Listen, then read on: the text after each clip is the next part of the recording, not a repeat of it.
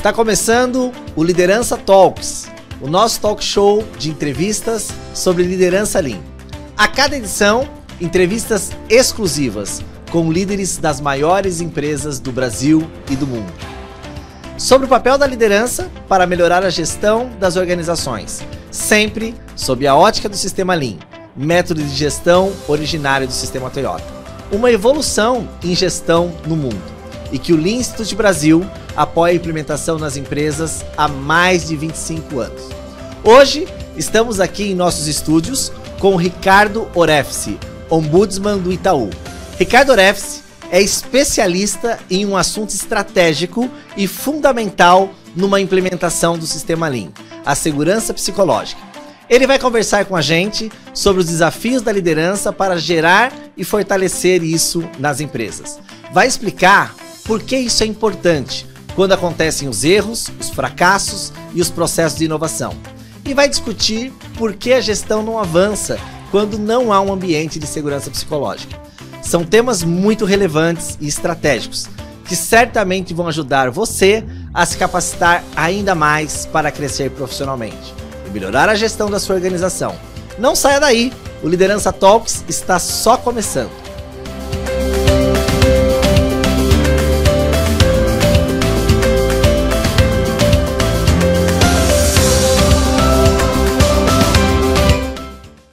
Ricardo, obrigado pela presença aqui no nosso programa. Obrigado, Robson. Eu estou muito feliz pelo convite. Sempre bom refletir e assim a gente vai aprendendo juntos, né? Acho que é assim que a gente constrói organizações melhores, se conectando com as pessoas. Para mim pode ter certeza que é uma felicidade mútua de poder estar dividindo esse momento com você aqui, seguramente. Bem, nossa experiência de décadas apoiando empresas a implementar o sistema Lean vem mostrando que quando não há um ambiente de segurança psicológica, a gestão não avança. Eu gostaria, então, que você começasse explicando ao nosso público o que é exatamente, na sua visão, a segurança psicológica no contexto atual das empresas. E por que isso se torna, hoje, a cada dia, mais estratégico para a evolução dos negócios. Joia, Robson. Acho que primeiro é importante a gente refletir o quanto as empresas estão precisando evoluir, em primeiro lugar, a cultura, né? Acho que numa transformação, no contexto da sociedade, nas mudanças que a gente vem percebendo, impostas por um ambiente cada vez mais voltado ao ser humano, eu acho que essa é uma questão fundamental, né? A gente tem que melhorar processos, melhorar o ambiente digital, conhecer, estudar as questões que estão transformando as empresas. O mundo digital tem sido algo fundamental na evolução. Só que quanto mais as empresas, quanto mais a sociedade exige conhecimentos técnicos cada vez mais desafiadores, né? A inteligência artificial, tudo que tem acontecido na sociedade, ao mesmo tempo tem feito com que, por trás tem um ser humano, tem pessoas. E as pessoas, em essência, elas não mudam. Acho que é um conceito fundamental, nós somos iguais, né? As nossas emoções são sempre as mesmas, não importa o nosso cargo, não importa a nossa história, não importa a nossa cultura, a nossa sociedade, de onde a gente veio, de como a gente foi educado. Então, quando a gente tem a consciência de que por trás das organizações, o que parece óbvio, né? Mas estamos falando de seres humanos, a gente tem que entender como esse ser humano, como nós reagimos às relações, à complexidade das interações. E eu falo isso para conectar com o que está por trás de um ambiente seguro. Um ambiente seguro, psicologicamente seguro, tem a ver fundamentalmente com confiança. Confiança é a essência de uma relação entre as pessoas, e confiar é algo que a gente tem que aprender, que é uma conquista, né? Eu parto de um pressuposto inicial que é assim, confiar não é algo que eu posso chegar aqui, a gente chegar e falar, confia em mim. A gente tem que aprender que a gente tem que conquistar a confiança das pessoas com as nossas pequenas e recorrentes atitudes diárias. Quanto mais a gente confia, construindo com base nas nossas atitudes uma relação de confiança, as pessoas vão se sentindo mais seguras. E quando a gente se sente seguro, e aí a conexão fundamental para dentro das empresas, se a gente não se sentir seguro, a gente não fala, a gente tem receio, a gente se fecha, a gente não se conecta. E nessa sociedade em transformação, cada vez mais ágil, rápida, a gente precisa conseguir falar. E falar parece óbvio, parece tão simples, né? A gente tem que se sentir livre para falar, porque ao falar rápido, sem receio, a gente consegue enxergar as dificuldades, a gente consegue encontrar caminhos, a gente consegue ver oportunidades que não estão tão claras no dia a dia. Só que para isso você precisa se sentir segura, você não precisa ter receio de se expressar de como você é, de como você vai ser julgado, ter uma vergonha de como as pessoas vão te avaliar. É natural do ser humano, né? A gente precisa se sentir pertencente, a gente precisa se sentir conectado às outras pessoas. Só que mexe com a nossa autoestima, com o ego, com quem a gente é como ser humano. As emoções são essenciais. Então, a sociedade tem feito com que a gente precise ser mais ágil. As empresas estão precisando tomar decisões cada vez mais velozes, rápidas, tal, porque senão a gente não consegue sobreviver. Por trás tem um ser humano e esse ser humano ele precisa se sentir muito à vontade para não ser julgado. A segurança psicológica está aí, na capacidade fundamental da gente ser o que a gente é, sem receio de se expressar.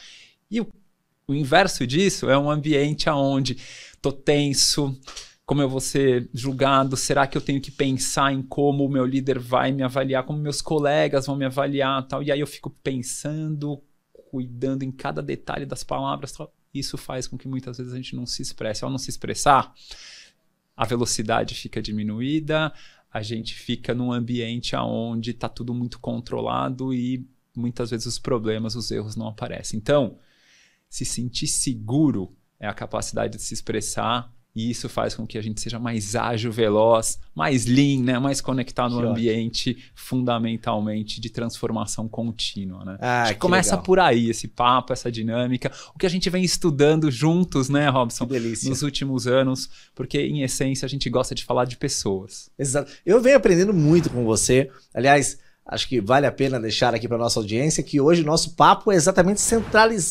tem a centralidade do ser humano, né? E você falou dessa questão da confiança, e eu tenho o privilégio de conviver com vocês em diferentes situações, né? Seja por conta daquilo que o trabalho nos aproxima, seja por conta da nossa amizade que prezo, né, com muito esmero. E você, na sutileza do gesto, você me ensina a cada dia, a cada encontro, um pouquinho mais do que é ter confiança, Ricardo. Então, que a gente começa essa conversa assim de uma forma muito gostosa, né? Eu tenho visto em muitas empresas em que nosso instituto promove consultorias, comportamentos de lideranças que geram e reforçam a insegurança psicológica. Queria saber sobre a sua experiência, como isso também, né? Quais são os comportamentos de líderes que você já observou que não geram segurança psicológica nos liderados, mas ao contrário, fortalecem a insegurança psicológica? E também gostaria de saber se você acha que existe o contrário, ou seja, comportamentos típicos de uma liderança que se inspira no sistema Lean e que fortalecem a segurança psicológica das pessoas. Boa. Primeiro, Robson, tem uma coisa que para mim é fundamental. A gente precisa ter muita empatia com o líder, né? Eu acho que a gente precisa transformar, uma mudança contínua, um peso para a liderança, né? Sempre estar conectado, aprendendo. Então, acho que o primeiro ponto, vamos ter empatia com a liderança. E por que estou fazendo essa relação, né?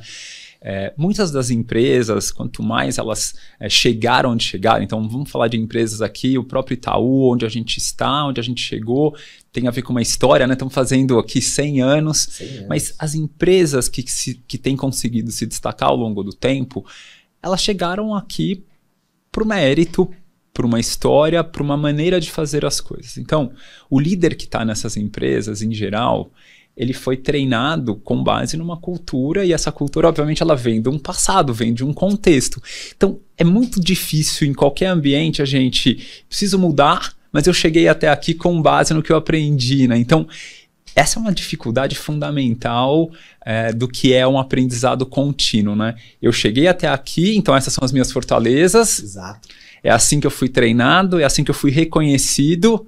Só que quando eu olho para frente, talvez eu tenha que mudar. Como é que eu faço para mudar? E numa escola tradicional de liderança que durante muitos anos imperou o comando e controle. E imperou o comando e controle numa dinâmica que era necessário, né? Então também não ter aquele peso, o passado é ruim, o futuro que é bom. Na verdade, a gente tem que reconhecer o passado, reconhecer como a gente chegou aqui, por que a gente chegou dessa forma. Então, o comando em controle tem um contexto, tem uma história, tem uma necessidade, muitas vezes até com base no que a sociedade naquele momento exigia. Só que muitos líderes, então, fazendo essa conexão, chegaram até aqui sendo reconhecidos por isso, né? Então, como é que eu tento ser uma boa liderança?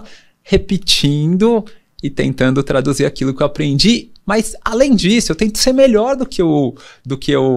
de como eu aprendi, das dificuldades que eu passei. Então, veja um primeiro ponto essencial que muitas vezes acaba levando a um ambiente inseguro, tem a ver minimamente com a falta de percepção do impacto que eu causo. Então, eu como líder fui treinado de uma forma, cresci até aqui, passei por dilemas, né? Ninguém cresce sem dificuldades. Aí eu olho para trás e falo, eu tento ser melhor do que eu fui, eu tento ser melhor do que o líder que eu tive, e é assim que a gente evolui. Só que esta é uma dinâmica que muitas vezes eu olho para frente e falo, eu estou tentando fazer o melhor, só que a sociedade está mudando, né? Aqui a gente está falando de diversidade nas empresas, o ambiente, as pessoas, assim, a sociedade entendendo o quanto a gente precisa mudar a maneira que a gente interage com o outro. Quando eu faço isso como líder, muitas vezes eu tenho atitudes que eu acho que estão melhores do que como eu fui tratado, como eu fui aprendendo, só que não quer dizer que elas estejam adequadas para promover um ambiente onde as pessoas consigam se expressar. Então, para mim, esse é um dilema essencial. A empatia com o líder vamos ajudar a ensinar a construir um comportamento que leve a um ambiente melhor. Mas, voltando, né, à sua pergunta, o que gera um ambiente inseguro? Esse primeiro passo para mim é não ter a percepção, a autopercepção que eu impacto as pessoas. Eu gosto muito de uma frase, com certeza você já ouviu, que a gente impacta as pessoas independente das nossas intenções. De maneira positiva e negativa, né? É importante de todas as formas entender isso. Você impacta as pessoas. A gente impacta as pessoas, então a gente tem que se preocupar com o impacto que a gente causa.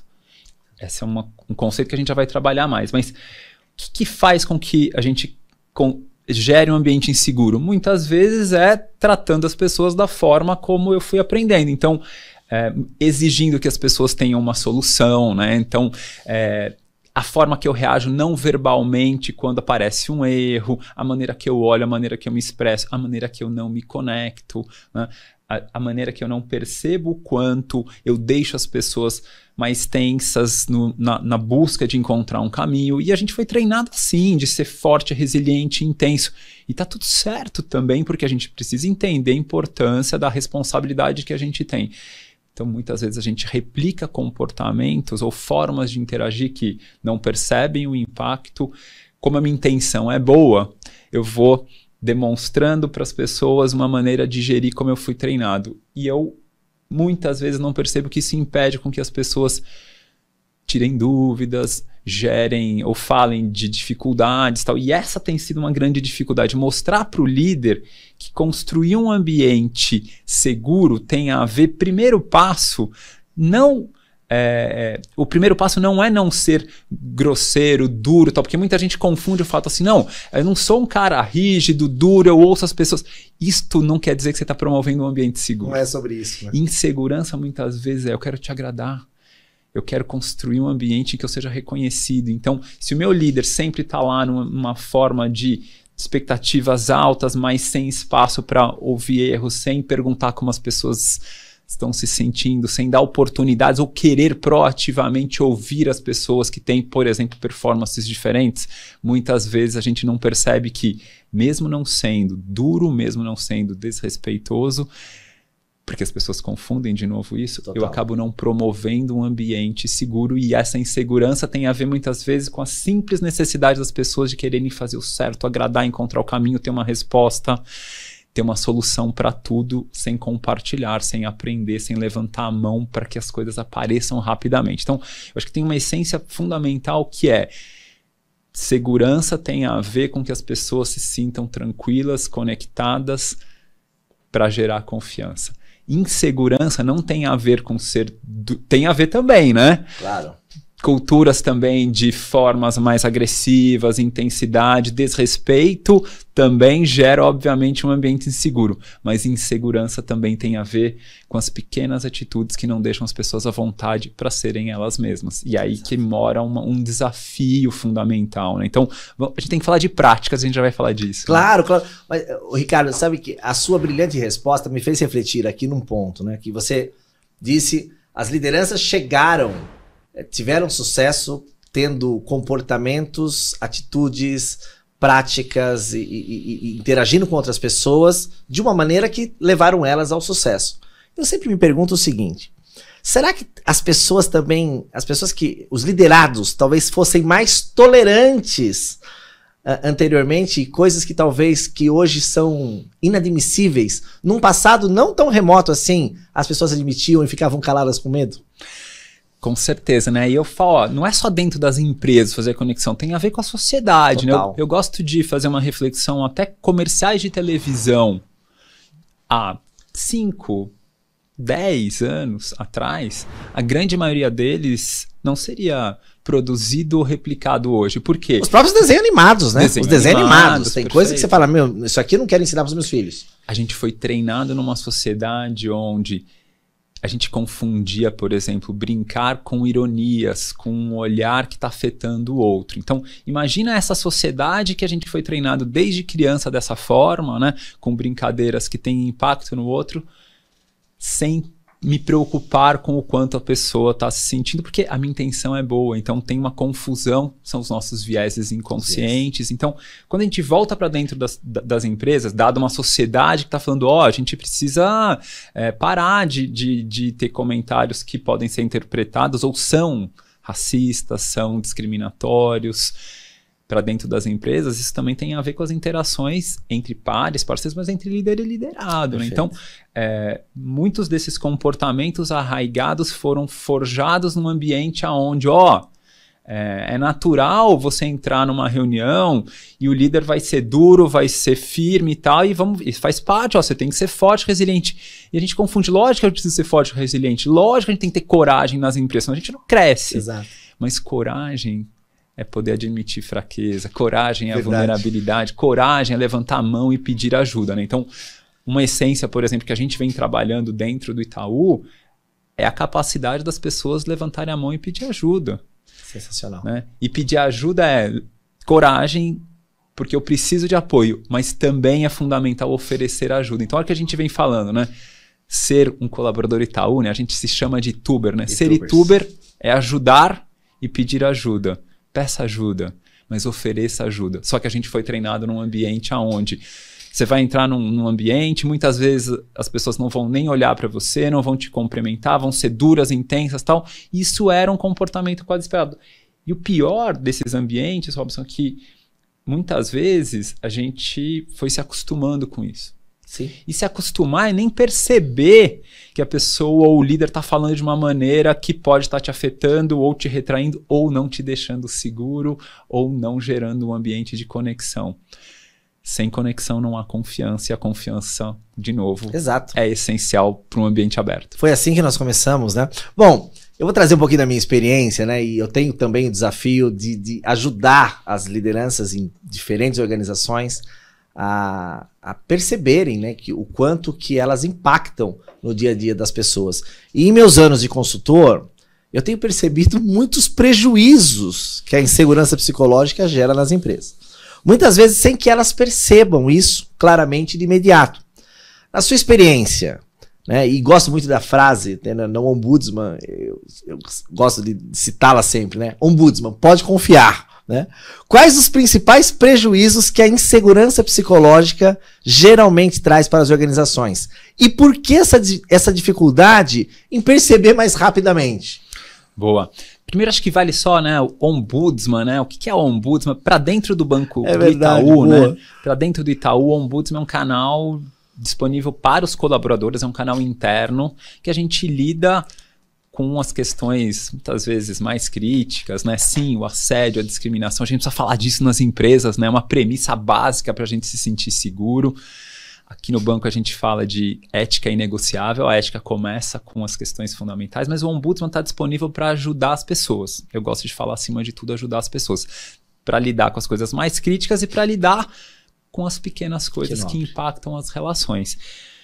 É uma experiência profunda de vida. A gente lida e ouve as pessoas o tempo inteiro. Então, vai fazer 6 anos nesse papel, e nesse papel a gente entende que das pequenas coisas, as grandes dificuldades nas relações, o que está por trás são ambientes onde as pessoas têm dificuldade de se expressar, de se conectar. Então, quando a gente entende o impacto que uma pessoa causa na outra, a gente começa a querer entender o que está por trás, né? Então, ouvindo as pessoas ao longo desses anos, a gente tem a clareza do quanto dos pequenos problemas aos grandes, o que está por trás é o sentimento, a dificuldade de me expressar e como isso me retrai. E a gente faz essa pergunta continuamente para as pessoas, mas por que você não falou? O que está impactando? Eu me faço muito essa pergunta, né? Eu falo, poxa, parece tão claro, por que a pessoa não enxerga isso? Por que ela não percebe, Ricardo?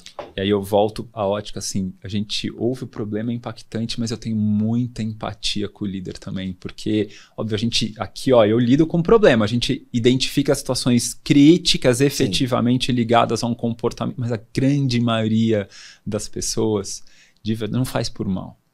Não está fazendo com o intuito de impactar, com o intuito de gerar um ambiente onde os erros não apareçam. Então, a dificuldade de aparecer, que a gente se surpreende, na verdade, ela é justamente porque as pessoas têm, no fundo, a boa intenção e elas não percebem o quanto esta intenção não resolve o fato ou o impacto de novo que eu estou causando. E se eu não tenho essa clareza e as pessoas não falam para mostrar o quanto eu estou impactando-as... Que é difícil também, né? Que é um ato... Você fala sempre sobre coragem, né? E é um ato de coragem você chegar para alguém e falar, olha, você me impacta negativamente, esse seu comportamento me incomoda. É muito difícil. Olha a dinâmica e como a gente fica num ciclo vicioso muitas vezes. É extremamente difícil, porque é um ato de coragem, tenho que ter coragem, mas espera aí, tem impactos, tem receios e tal.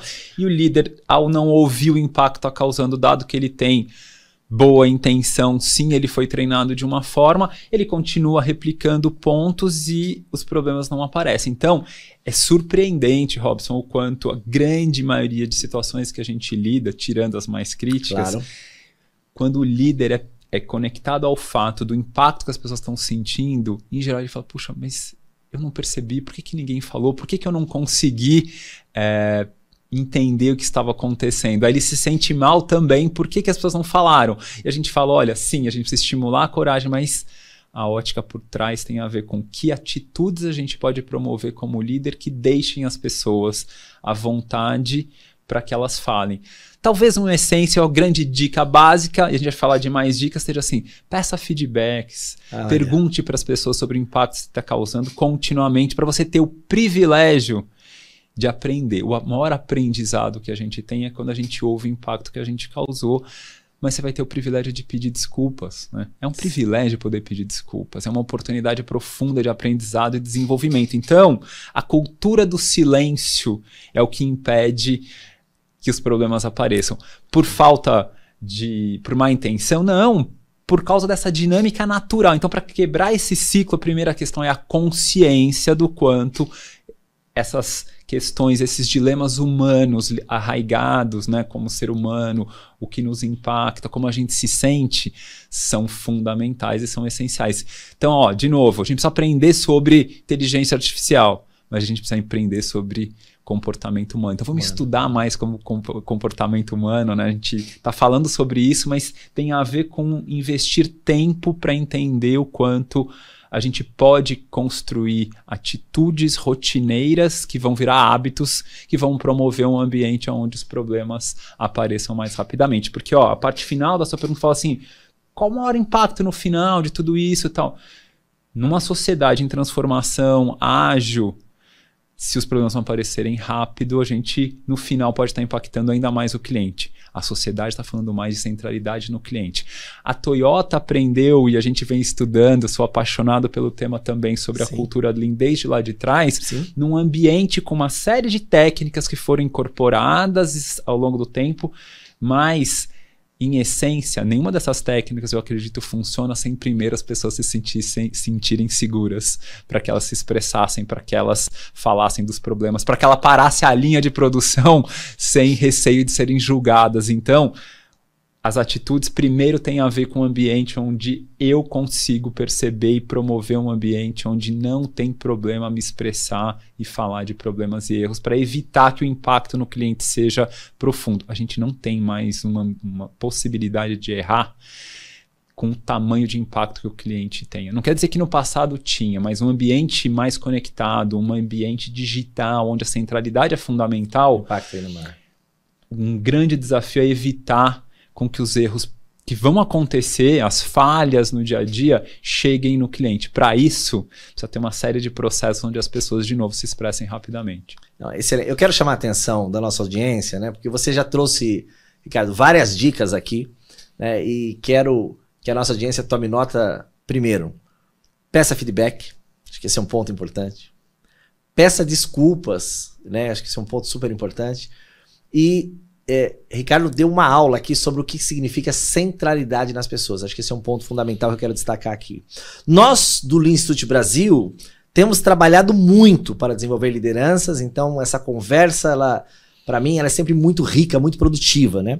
Sempre no sentido de tentar evitar o comando e controle e desenvolver um estilo de liderança mais próximo da liderança Lean. Nesse contexto, que conselhos e práticas você daria a uma liderança que quer evoluir para construir um ambiente de maior confiança e abertura da equipe, onde as pessoas não tenham receio de falar? Perfeito.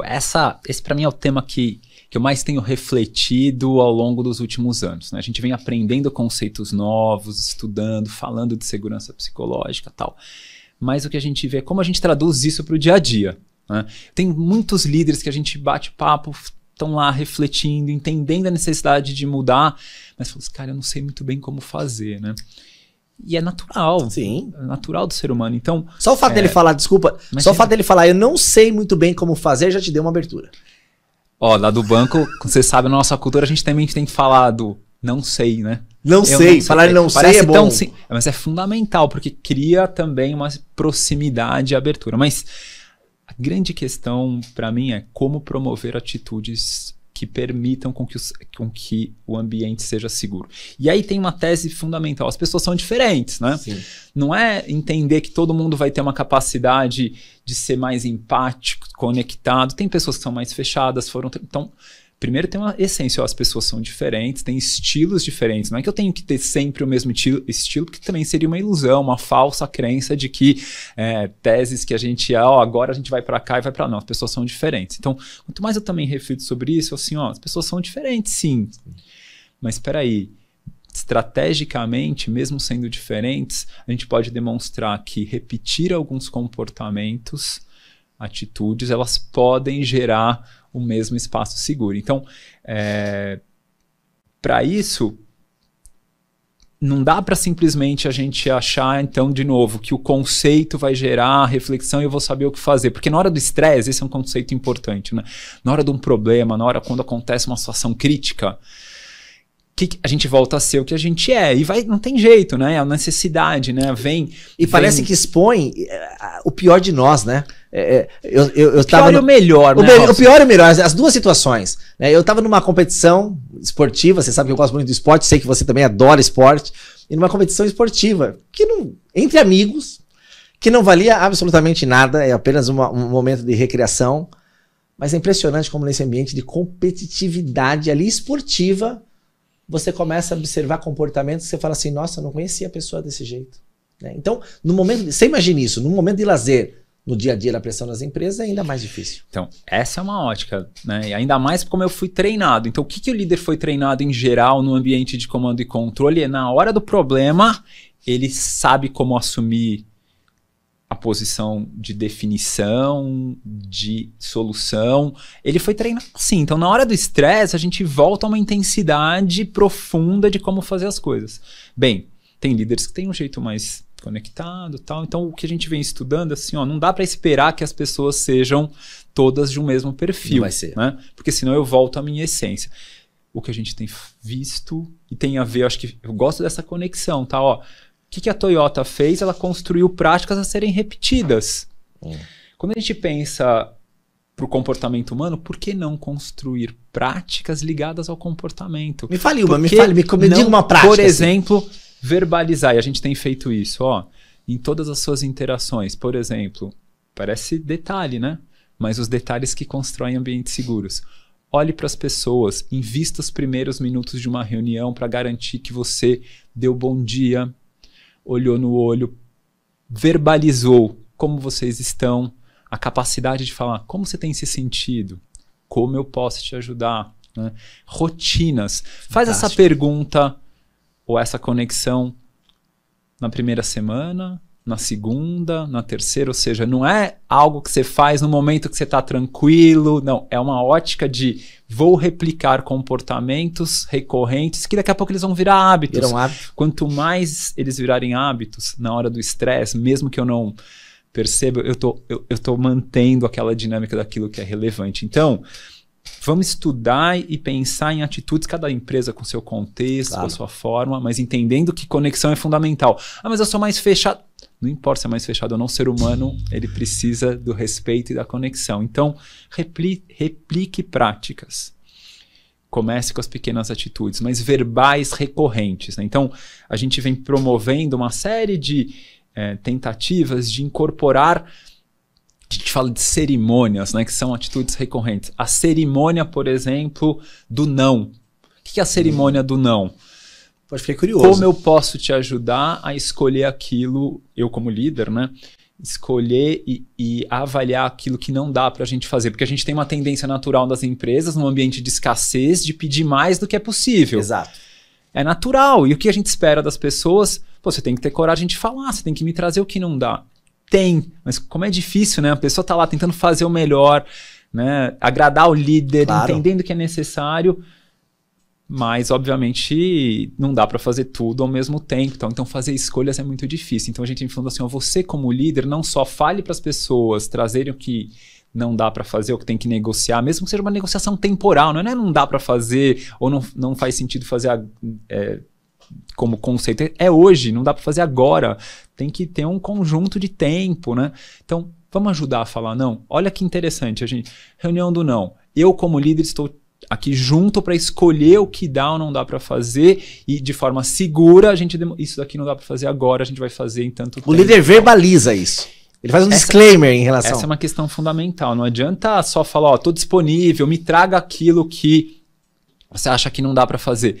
A questão de prática, eu verbalizo proativamente. Perfeito. Eu crio uma cerimônia, eu faço uma conversa, 15 minutos semanais para discutir aquilo que não dá para fazer, eu vou escolher junto com você.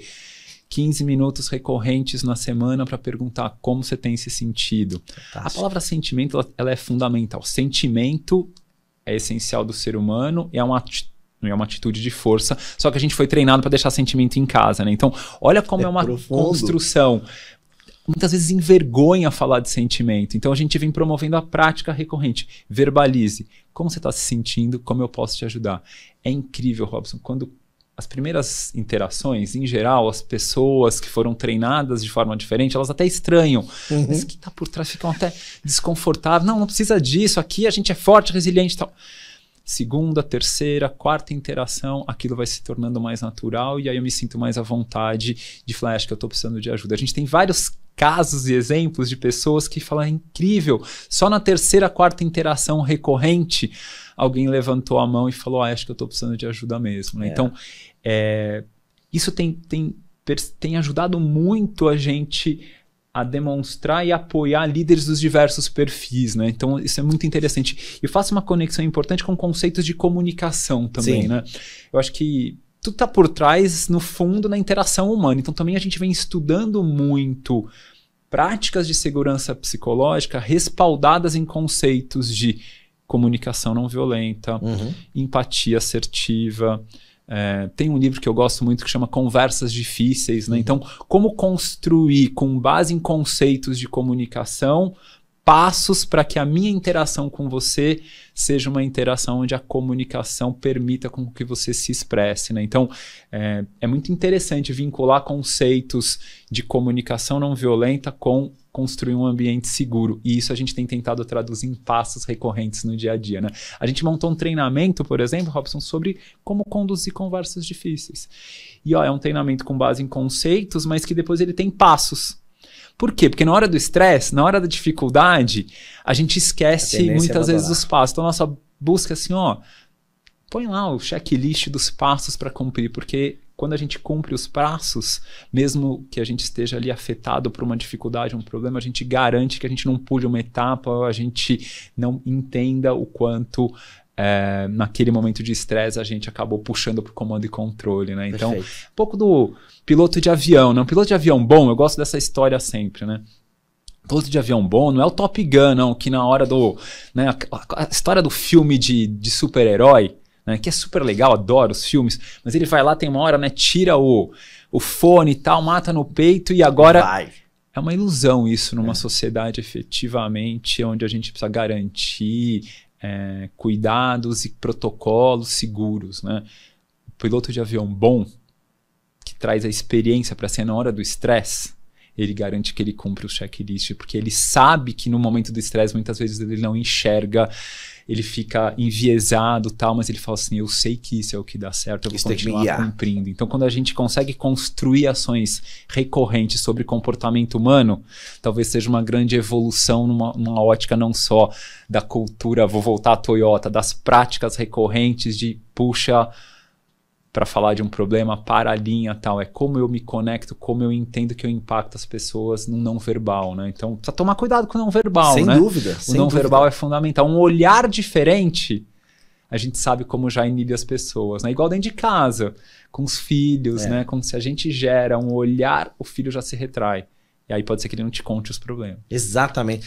Olha, Ricardo, seguramente eu tenho experimentado e visto, né, através de pequenos experimentos, o quanto isso muda o dia a dia das pessoas e como você já bem pontuou aqui, não só lideranças, né? Líderes e liderados, acho que dos dois lados, praticar tudo isso que você falou e essas dicas valiosíssimas que você trouxe aqui é muito importante. Eu vou me apoiar no meu checklist aqui também, porque senão eu esqueço também das perguntas, por isso que eu tenho o meu ponto central aqui.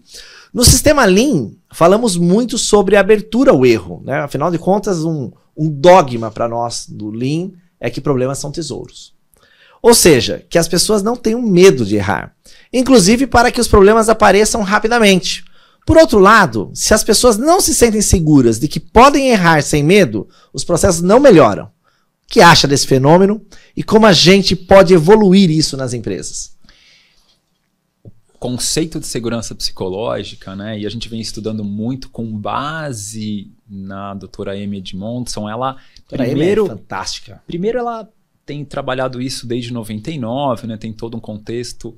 O livro A Organização Sem Medo, obviamente vale todo mundo ler, tal. Acho que é a essência de muito que a gente está falando nota, aqui, A Organização Sem Medo, excelente livro. E ela lançou um livro há pouco tempo, há 3, 4 meses. Ele ainda não está traduzido aqui para o português, mas fala sobre o erro, na essência do erro, como errar da forma certa, por exemplo. Então, é um aprofundamento daquilo que é mais impactante, porque errar tem consequências, pode afetar o cliente, pode afetar num hospital um paciente, né? Então, a cultura do erro é uma cultura que a gente tem que falar proativamente dela. Primeiro a questão. Porque um outro ângulo putz, o erro não aparece, porque eu também me envergonho ao errar. Então, em essência, erro é algo que vai acontecer, né?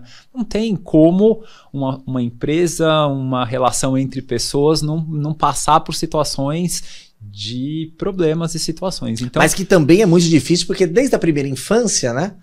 Eu não me lembro de nenhuma professora que quando eu entreguei a minha avaliação para ela falou assim, nossa, Robson, tá tudo errado, parabéns, você tá aprendendo muito, né? A gente sempre foi cobrado a acertar tudo, a estar certo, até a melhor nota, né? Isso atrapalha também, não? Atrapalha profundamente, né? Não só a gente não foi treinado para lidar bem naturalmente com erro, quanto a gente foi valorizado sempre pelos acertos. Pelo acerto. O que eu quero dizer? Na escola, por exemplo, como você comentou, como o contexto do aprendizado que começa na primeira infância. A gente reforça sempre, a gente dá parabéns quando entregou a nota, a gente dá parabéns pelo comportamento adequado. Sempre, ou em geral, pós-fato, né? Então, vira um reforço positivo. Aí a criança, o que ela quer fazer? Ela quer te agradar. Quer te agradar. Ela quer agradar o pai, quer agradar o líder, ou quer agradar o professor. Então, ela fica sempre tentando fazer o melhor. Que bom que ela quer fazer o melhor, mas o ponto é que fazer o melhor muitas vezes tem a ver com não ter a dificuldade de entender que ela não vai conseguir tirar 10 toda hora. E quando ela fica com medo disso, muitas vezes faz com que ela não tente. Né? E não tentar faz com que muitas vezes a gente volte à ótica de um comando e controle. Porque o que é não tentar no limite? Cara, fala o que eu preciso fazer, deixa eu seguir esses passos que eu quero evitar ser julgado por algo que eu não quero ter a consequência de não ter sido melhor. Então, o efeito do erro no mindset que a gente foi treinado ao longo do tempo tem a ver com o reforço positivo de ser reconhecido pelo resultado final, sem valorizar muitas vezes o esforço, o caminho que no final pode te levar até ao resultado ser melhor, mas a gente já explica melhor isso, mas também por ser punido por errar. Então, quando eu sou punido por errar, e não é uma punição apenas uma ótica efetiva de ter uma consequência de ser julgado, é simplesmente por me envergonhar porque eu queria fazer o melhor. Então, essa dinâmica mental de punição versus o sentimento de vergonha porque eu não fiz o melhor, muitas vezes faz com que os erros não apareçam rapidamente. Quando o erro não aparece rapidamente, a gente tem dificuldade de evitar muitas vezes um encadeamento de problemas, né? Uhum. É um pequeno errinho aqui que leva a outra situação ali, uma falha tal, e no final, quando você vê o impacto é profundo no cliente, né? Então, acho que o primeiro passo é assim, entender que o erro ele não é algo que simplesmente tem a ver com você criar processos melhores, no sentido de garantir que você vai evitá-los, você falar assim, ó, faltou, é só negligência, a gente confunde, a gente é muito dicotômico também, exato, né? Assim, o erro foi uma negligência, então tem uma consequência. Lógico que um erro precisa ser entendido, em essência, conhecer o que está por trás, né? Tem erros de diversos tipos, a gente precisa falar deles. Tem erros que precisam ter uma consequência, tem erros que estão ligados a uma negligência, tem erros que têm a ver com comportamentos antiéticos. Tem erros do outro lado que, na verdade, têm a ver só com o estresse, com a intensidade, com o cansaço mental. A pessoa está se esforçando tanto para fazer ou te entregar aquilo que foi combinado, que ela tá tão exausta que começam a ocorrer falhas. E aí, quando a gente identifica o erro, a gente ainda vai lá e fala, pô, mas espera aí, olha como você foi muitas vezes achando que ela foi ainda negligente, que ela não se esforçou adequadamente. Então, e às vezes de algo que ela não conseguiu falar não lá atrás, como conversávamos há pouco aqui. Eu não falo não, eu preciso dar um jeito, preciso acontecer, e de repente tem uma falha ainda, depois eu me sinto mal, porque olha, caramba, você podia ter feito diferente. Então, o que eu estou querendo vincular com isso? Os erros têm diversos tipos. Como a gente nem estava apto abertamente a falar de erro, porque falar de erro era um problema, uma fragilidade, porque a gente precisa garantir sempre as soluções, a gente acaba misturando erros que têm a ver muitas vezes com o cansaço mental, com erros que têm a ver com efetivamente um comportamento antiético, ou falhas que precisavam ser pensadas para evitar que o ser humano, que obviamente é falível, consiga evitá-los. A Toyota foi promovendo ambientes, por exemplo, onde ela evitava o erro, não pela simples esforço mental, ela foi promovendo os Pokayokis, para evitá-los. Pensa que como as empresas não tratam isso abertamente, porque a gente nem fala de erro. Então, o que acaba acontecendo, tentando ser mais específico, assim, os erros ficam todos misturados. E eles vão acontecer. Como eles ficam misturados, a gente acaba julgando e muitas vezes punindo ou só, de novo, julgando as pessoas pela dificuldade que elas tiveram em não evitá-los. Quando tudo ficou misturado, a gente acaba construindo um ambiente onde as pessoas ficam tão receosas de como elas vão ser tratadas ou qual a consequência de um determinado erro, que elas não falam, por exemplo, que falam assim, olha, aqui, poxa vida, acho que o processo não está me ajudando, eu estou tão cansado de evitá-los e a culpa acaba sendo minha e vai virando uma bola de neve. Então, construir um ambiente seguro tem a ver, em essência, gerar um ambiente de confiança. Quando eu me sinto confiante, eu falo rapidamente dos problemas e eu preciso conceituá-los, né, entendendo os tipos de erros, o que está por trás, a consequência de cada um deles. Quando eu falo dessa forma, um primeiro passo, eu consigo também separar o joio do trigo. Esse é um lado. Um outro lado importante do erro, é que assim, primeiro vamos entendê-los, vamos separá-los, vamos conceitualizá-los. A outra coisa é, na hora que eles vão acontecer, ou que eles aconteceram, aí é um outro ângulo. Eu tenho que, nós, líderes, colegas, temos que resolvê-los.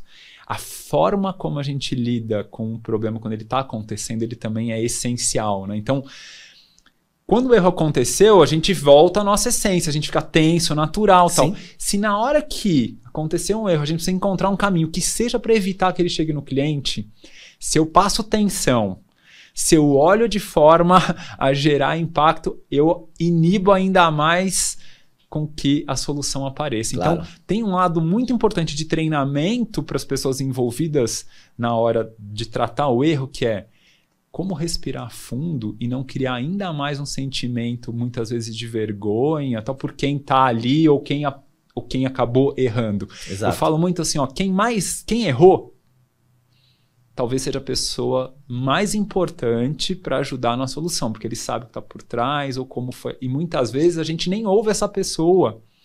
Então eu falo, olha, na hora de tratar o erro, não importa nesse momento se o erro veio do tipo A, B ou C, como eu consigo entender que eu preciso gerar calma nas pessoas, demonstrar estamos juntos, nós vamos pensar na solução juntos, a gente precisa ouvir todas as pessoas envolvidas para construir o melhor caminho. É muito difícil de fazer isso. Por quê? Porque vem o estresse, vem uma necessidade de solucionar rápido. Então, tratar um erro tem a ver, de novo, separe o joio do trigo, contextualize, estude sobre como o erro tem diversas questões envolvidas e como eu lido com ele no momento do tratamento do erro. Muito bom. Para depois, fundamental também, o pós-fato, né? Vamos aprender com o erro. Exato. Vamos entender o que está por trás. Vamos tentar entender aquele erro para evitá-lo junto, não num contexto de punição, mas para como construir um ambiente, um contexto onde ele não se repita. O pior de tudo é errar de novo no mesmo contexto. Da mesma coisa. Acho que essa é uma grande questão, né? Então, se as empresas, uma boa reflexão é, você está errando dos mesmos motivos? Será que o problema são as pessoas ou é um processo que não permite um aprendizado contínuo para evitá-los? Aí para nós, no sistema Lean, né, nós temos uma prática, inclusive de um livro que lancei juntamente com o José Roberto Ferro, que é o Gerenciamento Diário para Executar a Estratégia, que é o quê? Um artefato da gestão em que as pessoas possam se encontrar todos os dias para falar dos problemas, para falar dos erros, enquanto eles ainda são pequenos, porque daí você consegue ter uma intervenção, consegue trabalhar antes que seja tarde demais. Porque daí, se você está trabalhando pequenos erros, pequenos problemas todos os dias, a chance de você encontrar as causas e também você encorajar as pessoas a falar deles dentro do modelo de gerenciamento diário é muito maior quando você tem as famosas reuniões em sala, com aqueles reportes longos, com apresentações longas, quando os problemas já são grandes demais. Só fazendo uma boa conexão, eu tive o privilégio de ler o livro antes até dele ser publicado, né? Então, na nossa... Você fez a gentileza de ler antes, foi um privilégio ter você fazendo a leitura prévia. E eu aprendo continuamente, tal, e o que eu acho mais legal estudando, sim, como eu gosto, né, de estudar cultura Toyota ao longo do tempo, tal, o gerenciamento diário, o livro que vocês escreveram, é muito legal porque ele está demonstrando todas essas práticas necessárias de maneira muito clara, tal, mas ele está ali também falando do quanto essas práticas também têm a ver com comportamento. Lá no livro você também fala um pouco sobre segurança psicológica. Por quê? Porque o Lean Institute, nessas reflexões, tem conectado a cultura Lean com conceitos ligados cada vez mais ao ser humano, às práticas, entendendo que não é simplesmente uma rotina, é uma rotina conectada ao que faz sentido ao ser humano que está por trás, que é um ser humano vulnerável acima de tudo. Então, fica a dica mesmo da leitura, porque ela nos ajuda e eu curti bastante, então parabéns também. Ah, que legal, Ricardo. Muito obrigado, muito obrigado. Bom, Ricardo, quero te agradecer muito a sua participação no nosso Liderança Talks. Foi realmente uma aula sobre segurança psicológica e todos os temas que esse assunto traz a reboque. A conexão, a confiança, os erros, o fracasso. Então foi um privilégio poder contar contigo aqui nessa edição. Eu que agradeço, Robson, agradeço muito ao longo do tempo estar aprendendo com vocês, né? Porque compartilhando, ouvindo pessoas, organizações diferentes é que a gente evolui, né? Eu falo que o meu maior privilégio ao longo do tempo tem sido ter a oportunidade de conhecer pessoas diferentes, porque assim também nos faz ter mais humildade também, né? Entender cada comportamento humano tem um contexto, um motivo, a busca de tentar fazer o melhor acima de tudo. Então, eu me sinto privilegiado por estar aprendendo e poder compartilhar. Então, espero, pessoal, que esse papo gere pelo menos alguma boa reflexão, já vai ter valido a pena para a gente construir um mundo melhor acima de tudo. Seguramente, e sua contribuição foi fundamental para isso. Estamos terminando essa edição do Talk Show Liderança Talks. Obrigado a todos pela audiência. Em breve voltaremos com mais uma edição do nosso Talk Show sobre liderança Lean. Muito obrigado e até lá!